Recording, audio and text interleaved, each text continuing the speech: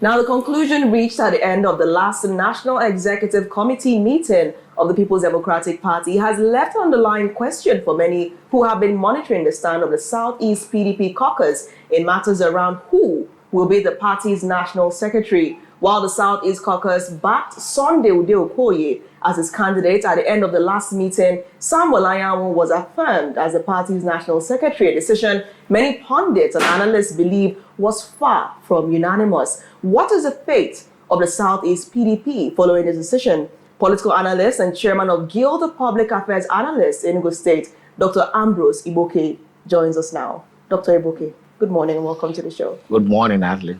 Thanks for having me.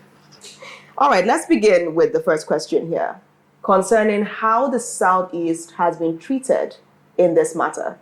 Let's speak about the relevance of the Southeast to the national PDP as a party. What is the relevance of the Southeast to the sustenance of the People's Democratic Party?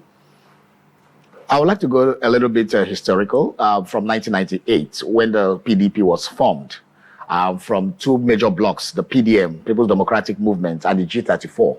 The G34 was the main, foundation of PDP, and that was formed by the late Dr. Analysts, who is an Igbo person from the Southeast.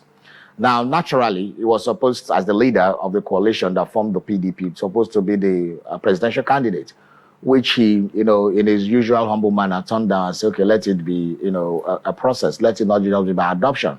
And they went to just for a convention and they schemed him out and put somebody who was just brought out from prison. And that's Olusegun Obasanjo. When we took it in good faith, the Southeasterners, and we voted en masse for PDP. All the governors of the Southeast emerged as PDP candidates. Even in the North, we had people from APP, All People's Party, I think we had 9 governors from APP. And then in the Southwest, there was no PDP governor. In that 1999, they were all Alliance for Democracy, AD.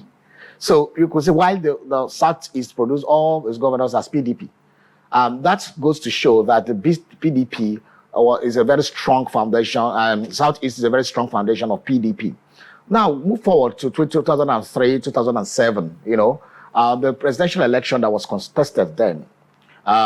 You find out that when Muhammadu Buhari contested under ANPP, it shows, in fact, on 3 or 4 occasions, I think President Muhammadu Buhari chose people from the Southeast as running mates.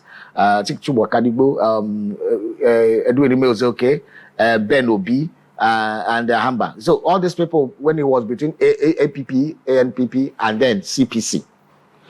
In all those terms, the Southeast voted for PDP, not minding that their sons were vice presidential candidates. When our own Igbo icon, perhaps the most respected Igbo man that has ever lived, Dim Chukwuemeka Odumegwu Ojukwu, contested under APGA, the Southeast still voted for PDP. So the Southeast has supported people, PDP from Northwest, Northeast, Southwest, North, South. Then it has been a bastion, a stronghold of PDP in Nigeria, even when other zones were, wobbling, the Southeast stood still and was loyal, fiercely loyal to the People's Democratic Party. Then came 2023. 2023 was the closest, after what Alex Ekweme missed in the 1998-99, was the closest to the Southeast getting the flags, being the flag bearer of the People's Democratic Party. It was there for the taking because the presidency rotated back to the South. And when it rotated back to the South, the consideration was the Southwest under the PDP has produced 8 years in Olusegun Obasanjo. The South has produced 6 years under Goodluck Jonathan. Now it's supposed to naturally be the turn of the Southeast. And what happened? They threw it open. Instead of microzoning it to the Southeast, they threw it open. And so for everybody, it's not going to be this, just to skim out the Southeast. That forced Peter Obi to leave the PDP and seek his presidential ambition in LP. And that also made the Southeasterners, for the first time, because they were embittered and they were shortchanged and received the short end of the stick, they were now forced to vote Peter Obi in the Labour Party massively. Now, while PDP was trying to heal from that, this issue of national secretary came up. Now, by convention and practice in the People's Democratic Party, the positions are normally zoned in the party hierarchy. When these positions are zoned, it beholds on the caucus of that, the zonal caucus of that zone it was zoned to produce the person that will replace will represent the zone at the other state. It has been a convention in PDP. Now, Samuel Anyanwu was there. Now, let me tell you, the National Secretary of the PDP superintends over party primaries. So naturally, as National Secretary, you cannot superintend over the primaries that other people are contending with you, and you supervise over it, and then you are a participant. It's not possible. So you had to leave so that a neutral person can come and supervise that process where you are, with other candidates. And what happened was that when he finished contesting for election as governor, he came back. And by that time, the caucus of the Southeast had met and said, okay, Udeh Okoye should, move from the youth to become the secretary. And that was, so even when after the election and Samuel Anyanwu came back, well, you can't come back and take this. Somebody is already running, because naturally you're supposed to resign your position to even contest the election. You cannot be holding double positions like that in the party and then you're contesting against others. And the Southeast Caucus now said, okay, this is the person now that validated Udeh Okoye as the national secretary. What the National Party was supposed to do, the National Executive of the party, was just to adopt that, because it was the caucus of the zone. It's anybody that presents that should be. And then Udeh Okoye was not just somebody thrown from outside. He was already an executive council member in the PDP at the national level. So it was easy to just adopt him, because it's not as easy if he came from outside or whatever. Now, that was not done. The Southeast Caucus met many times. The case went to court, going back, and the courts always maintain that all those things are internal party structure. The parties should sort themselves out. So go back and sort yourself. The caucus also, the Southeast Caucus met again and said they are validating this man again. But some people from Abuja, the national chairman and perhaps the FCT minister, don't want that to happen. So they are now using some muzzle, some kind of game plan, and trying to subvert the rights of the Southeast Caucus. And they're insisting that Samuel Anyanwu must be against the position of the Southeast Caucus. Before we move ahead, let's talk about the position of National Secretary and how central it is to politics as a whole.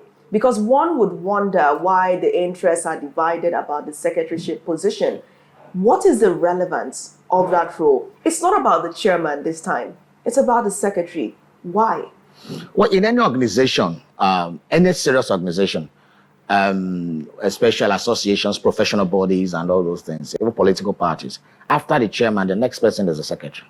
The vice chairman is standing for the chairman in case the chairman is not around, is deputizing in some things. But the person that runs the secretariat is the national secretary.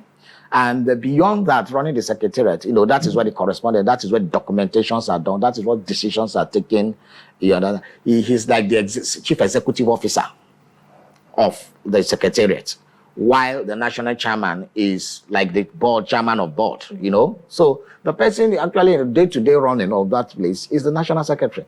Then there are some other positions like what the PDP did, given to some other responsibilities given to the secretary. For example, superintending over primaries and sorting out the primary around the country and all those things. So if you're holding that position, it's a very powerful position. Then when you're holding that position, you should not contest elections, because you are at the party hierarchy where you are superintending over the elections. Now, if you must contest, because you're a politician, you have the right to contest, you should have the honor to resign and leave. And when you resign and leave, another person who is neutral will now conduct that primaries, which you and others were participants. Now, when you go contest an election and you lose, and you come back and say, by fiat, I'm going to take over that position again, and then the people that produced you, because Samuel did not produce himself, it's still the caucus that produced the people that produce say, no, We have replaced it with another person. There cannot be a vacuum. You went to contest an election and you are gone. You are now because you are close to the FCT minister or whoever, you said no, you must be there, and then becoming a destabilizing factor in the party, and casting some kind of aspersion on the Southeast caucus. And for the first time, I mean, this is happening. Caucuses produce the candidates that were zoned to their zone, and then this disrespect. So it is okay that the Southeast is good to support others. In 2023, it was our turn. The PDP threw us under the bus. Now it is time again for the first. You are not allowing the caucus to select to present a candidate. You are overruling that. This will not happen if it was Southwest. It will happen in South. It will happen in Northwest, North Central, Northeast. Essentially, the caucus is only good for supporting others or taking decisions. That's what the national body wants to turn the Southeast caucus to. Okay, let's connect stories here. But this is going to be a hard hit on Nyesom Wike, But do you smell a rat of this individual being a tool? Let's leave that. But now, let's get a story connection right here. Peter Obi met with Nyesom Wike. I'm talking about this because of synergy of the Southeast and the South-South in the PDP. Peter Obi met with Nyesom Wike building up to the election 2023. We saw all that panned out and later pitched his tent to, whatever, because of what happened in the party. As stated too, when it got to election period and primaries and zoning, which is meant to be down south, party members were like, some people were like, okay, fine and good. South, they've gotten their 6 years, as you stated, right? Southwest, they've gotten their 8 years, as you stated. Okay, let's go down to the Southeast. Micro zone it to the Southeast. But no, he said it treat open. Even Nyesom Wike was in the primaries, attempting to be the flag bearer of the PDP. Now, Nyesom Wike is calling out Oyo State Governor and also the Governor of Enugu State, Dr. Peter Amba, right, because of the support for Udeh Okoye to be the secretary of the party, right. Now, is PDP taking the Southeast caucus for granted? And would this be that last straw that would definitely break the camel's back?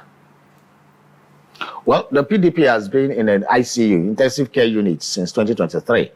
And the only people that have been, making sure that it didn't die, that have given it oxygen, is perhaps the governor of Enugu State, because it's only PDP governor in the Southeast. He has been the person that is, coordinating the Southeast caucus of the party. No other person. And also, put this consideration, what he stated, that if this is the way to go, then you have his own way. Yeah, sure, because to go. He has been the only one in the Southeast. Okay? Now, it's very difficult for only one man to run the show. And he has kept the Southeast caucus intact, the PDP, and relevant and thriving. Now, you come from, you said you don't want to, the only people who are now sustaining it, you said you don't want to listen to him. You say you don't want to respect them. Rather, you are pouring insults. In all the live broadcasts that Nyesom Wike has been having, he has been insulting sitting governors. That is very disrespectful. That is on statesmanship. You cannot. You are just a governor 2 years ago. So why will you be insulting other people? Talking bad-mouthedly about people. And so that is not, he cannot talk to a northern governor like that. Let him try it. He has never. So is it because in the Southeast? Is it because Peter Amba is the Southeast governor? So let him try and talk to a northern governor that way. It will have consequences. So I don't think they say the gentle steps of the tiger should not be mistaken for cowardice. And then the governor of Enugu State has made it very clear that in fact the Southeast caucus 2 months ago they issued that statement that if their position of presenting the Udeh Okoye is not respected, then they may be forced to seek another political path. Let's look at and that was repeated again. Let's look at the Igbo society, right, as we go closer to because I would like to ask you at the end of this conversation what the fate you think of the PDP is, or the Southeast is in the PDP. Now, we're looking at a case where we talked before Oji's question about this Southeast caucus probably only being good, according to the national executive, for supporting, just clapping and supporting and galvanizing people to support a certain candidate. That is what it's being made out to look like. Is there a broader picture of possible marginalization of Igbo interests going on within the party against the interest of the Southeast? It is very clear that there's a deliberate effort to subdue Igbo and Southeast. Before it was a national thing. Now they're even microzoning into a party thing. A party that Igbos built, Igbos basically gave birth to, and nurtured and stood behind for a very long time till today. Now, what has happened is also that some people, the national chairman, the governors had a de facto, bloodline for the party, the governors. Now, you have 5 states. We are not even worried that among the 5 states that used to be all PDP states, it is only one that is remaining. Common sense should say that that's one that is remaining. You should pamper it and make sure that it doesn't die. But no. So it is very clear that there may be some external forces using internal dissidents to make sure the party dies. Because there is no way I can explain it anymore. That the only surviving governor in your party, you are making sure that he is not treated well. Therefore, a governor is a powerful person, and of course, Peter Mba is powerful. So you cannot treat him like that, and you think you will now go and sit down. No. We saw a case where the FCT minister called out Seyi Makinde of Oyo State, called out Enugu State Governor for what, if I remember correctly, for going ahead to organize another meeting. He felt that he wasn't being carried along, that they reached an agreement with the FCT minister, and then they went and had another meeting. He was just, Which agreement? See, let me tell you. So I'm getting somewhere with this. So the FCT minister has openly called out the 2 governors for having an agreement and turning back and having another meeting to come up with another agreement. I would like you to speak to that. And also, when Fubara of Rivers State was having the crisis in Rivers, PDP governors stood behind him and made it very clear that they were supporting him, regardless of the crisis that was brewing, by this same individual everybody keeps pointing at in Abuja. PDP governors threw their weight behind Simi Fubara. When the same Abuja figure called out the state governor and the Oyo State governor, where was the PDP governors forum? If the state governors did not issue an official statement to that effect, replying the FCT minister, what did the PDP Governors Forum do about it? Were they happy with the call out? What was their responsibility? What did they do to support the 2 governors? Well, it's very sad and very disappointing that the PDP governors were quiet when this thing about the national secretary is going on. It's only Seyi Makinde that actually, I think even about the weekend he was here. And I think it's very, very disrespectful of Wike to be talking to certain governors of states like that, who are critical stakeholders in the PDP. Because he's getting away with it. He got away with the one in Rivers State. I mean, state of emergency was declared there to his own favor. Now, we are hearing all kinds of agreements. But everybody is not Sim Fubara. Everywhere is not Rivers State. So everywhere is not FCT. The governors are also the chief executives in the states. So you cannot treat them anyhow, because they're not your own chief executive in Rivers State. They are men of their own. They made themselves. They are self-made men. They came they were in the ballots, and they have been there. So you cannot come treat them like the way you treat Fubara and you think things will go the same way. It won't.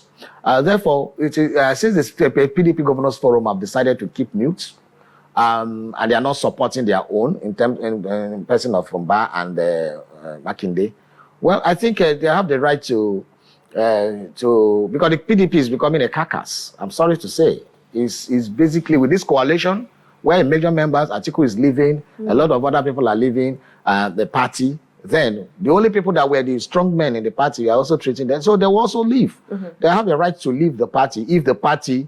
You cannot force yourself on people who don't want you. So if you don't want, you seek a political this thing. Because after all, in Nigeria, political parties are mere platforms for expression. If it doesn't work well for you, Nigerians vote more of people of individuals. Now, that's the new trajectory. You vote for people more than the party. So if a party that we have been here for, basically 27 years, keep on treating us this way, keep on disrespecting us, keep on giving us the short end of the stick, then it's time to look for a solution and ship out. Right. Okay, come 2027 elections, this shift going on in the PDP, would this kind of alter the performance come 2027 election? Also, put in consideration that, as you stated, so the ADC is there already, the coalition is going on, and so many big wigs are leaving these star political parties and aligning with the ADC. Do you see PDP actually, maybe somebody's plan in the PDP to make PDP a weak party and, go into or obsolete, right? Come 2027, their performance regarding all these issues and also the coalition that is, weighing so many people into that umbrella. In 2013, when this crisis happened in PDP, I saw people like Bukola Saraki, Dino Melaye, and a host of some big wigs leave the party. They didn't make it in the presidential election. As at that time, PDP was so powerful, they were the incumbents at the center. That time in the Southeast, PDP had 3 states, Enugu, Afia, and Ebonyi. These were big people. And now they have only 1 state. So they couldn't survive then. So why would they survive now? For me, this is the beginning of the end of PDP. If the Southeast Caucus leaves and this new coalition is already left, I think the people who are remaining in PDP should just, there's a Latin song called Nunc Dimittis. Nunc Dimittis is the song by Simeon when he saw Jesus. He said, now, my master, I've seen the Savior. I cannot die in peace. So that's the Nunc Dimittis. They sing it in funerals. So Nunc Dimittis of PDP means, I think we should be ready to sing the funeral song for PDP because this is the beginning of the end, actually. So, sorry. Now, let's talk about the only individual, carrying everybody on his back. I'm talking about Governor Peter Mbah of the PDP. And also, he is apparently the one holding down PDP in the Southeast, right, and the caucus right end. So what's the permutation regarding him? As he stated already, if it doesn't go this way we want it to go, I might go my own way, right? Seek whatever relevance in other platforms. Where do you think he might be, or in his mindset right now, thinking? There was a rumor one time about the APC, which was debunked. Maybe, or is the ADC coming alive? Maybe, or... No, it's not even him as Peter Mbah. The reason it's a caucus. When he's leaving, apparently, these individuals believe in him, definitely the caucus would want to follow suit. No, the caucus was the one that issued that statement, not Peter Mbah. I remember, I think it was the ending of May. The caucus issued that statement, and told the national executive of the party that this is the position. And if their position is not accepted, they will seek alternative political pathway. It was a caucus that issued that statement, Southeast Caucus of the PDP. So I think we should get that straight. It's not Peter Mbah that made. So what he said that he stands, the last statement he made was that, I read it clearly, he said he stands by that decision that the caucus has made. He aligns with it. So it's not him leaving and others following. It's the Southeast Caucus taking this collective decision to take the next pathway. They may have many options, as you have said, the ADC is there. They have other options to consider. And after that, they will meet. And I'm not a member of the caucus, so I'm not even a member of the party. So I don't know what they will decide. But whatever they will decide, I think it will be pretty very, very soon, and it will be announced. Because every 2 years to election, these political permutations and concrete steps are taken. It happened in 2013 to 2015. It's happening. It happened again last time. It's going to happen again. So the politicians know exactly the game and how they play it. You have assessed everything to the barest minimum. You have broken down, you have basically demolished this conversation into the barest pieces. Based on your analysis, what do you think is the fate of the Southeast and the PDP, knowing that we have just one standing? And also tell us if you think that decision that you permutate on would be the right decision. Well, for me, if there's still some ifs there's still time for the national chairman to do the right thing, which is to adopt the stand and implement the stand of the PDP caucus in the Southeast zone. If that is done, then the gloom may be averted. But if that is not done, I am sure that the Southeast caucus will leave the party. And if they leave the party, PDP is dead in the Southeast. And with Atiku, Abubakar leaving, and so many other people leave, David Mark and the rest, perhaps also dead in the North Central and maybe in the Northeast as well. So who would he now be chairing? Who would he be chairing if it's that? Maybe they'll be chairing the funeral of the PDP. On that note, there's some wicked there, actually. Well, on that note, I mean, I can't believe you said that, Dr. Ambrose, chairing the funeral of the party. We'll end on that note and hope that the national body takes the right decision at this point in time, if there really is still time. Do you think they're going to make the right decision, Dr. Ambrose? I don't think so. I think by now, the people beating the drum beats are far gone. They are no more hearing the sound of caution. Do you think this is actually a plan to destabilize the PDP in its entirety? Well, a plan can only work when external forces want to destroy you, even your household. The plan can only work if they have collaborators within. Knowing fully well that one of its member, has one of his legs in one other party and while in PDP. Well, I think one of the biggest problems was that the PDP did not take decisive action against people that played anti-party. You are in a political party and you came out on air and told the whole world that you're going to support a candidate from another political party. And that is where you're going to use your machinery. So PDP did not discipline him that time. And so it's aggravated. And that is why he had the boldness and temerity to continue doing what he does, because he's above the party, according to his own calculations. And the national chairman, I'm sure he's above a party. But the national chairman is behaving that way, that the man is above the party. So sharing the funeral, you said, what decision would disappoint you if made by the PDP governor in the Southeast, by Dr. Peter Mbah? What decision would disappoint you in terms of altering or reviewing his relationship with the PDP now that this has happened? Is there a decision that will disappoint you regarding the party that he decides to join?